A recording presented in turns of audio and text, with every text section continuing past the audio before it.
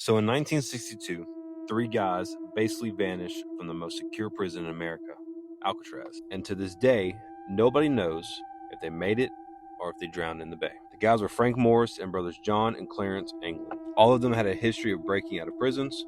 So when they ended up in Alcatraz, all three of them basically said, you know what, we'll accept the challenge.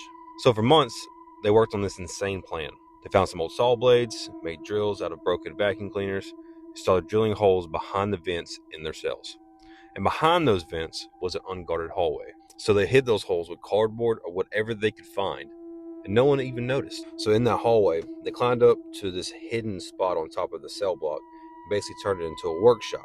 They ended up stealing more than 50 raincoats and stitched them all together into basically a life vest and this giant raft. And they even used steam pipes to seal it all together. To fool the guards during bed check, they made these creepy fake heads out of basically plaster and old newspapers and real human hair. So on June 11th, 1962, they decided to go for it. They crawled out through the holes, climbed these pipes, popped up to a roof vent that they had rigged up with basically a fake bolt, and slipped out onto the roof. From there, they slid down a smokestack, over a fence, and onto the shore. And from there, they paddled off in the freezing black waters of San Francisco Bay. The next morning, the guards walked by their cells and saw the fake heads and just thought they were sleeping until one magically rolled off onto the floor. The place went on lockdown.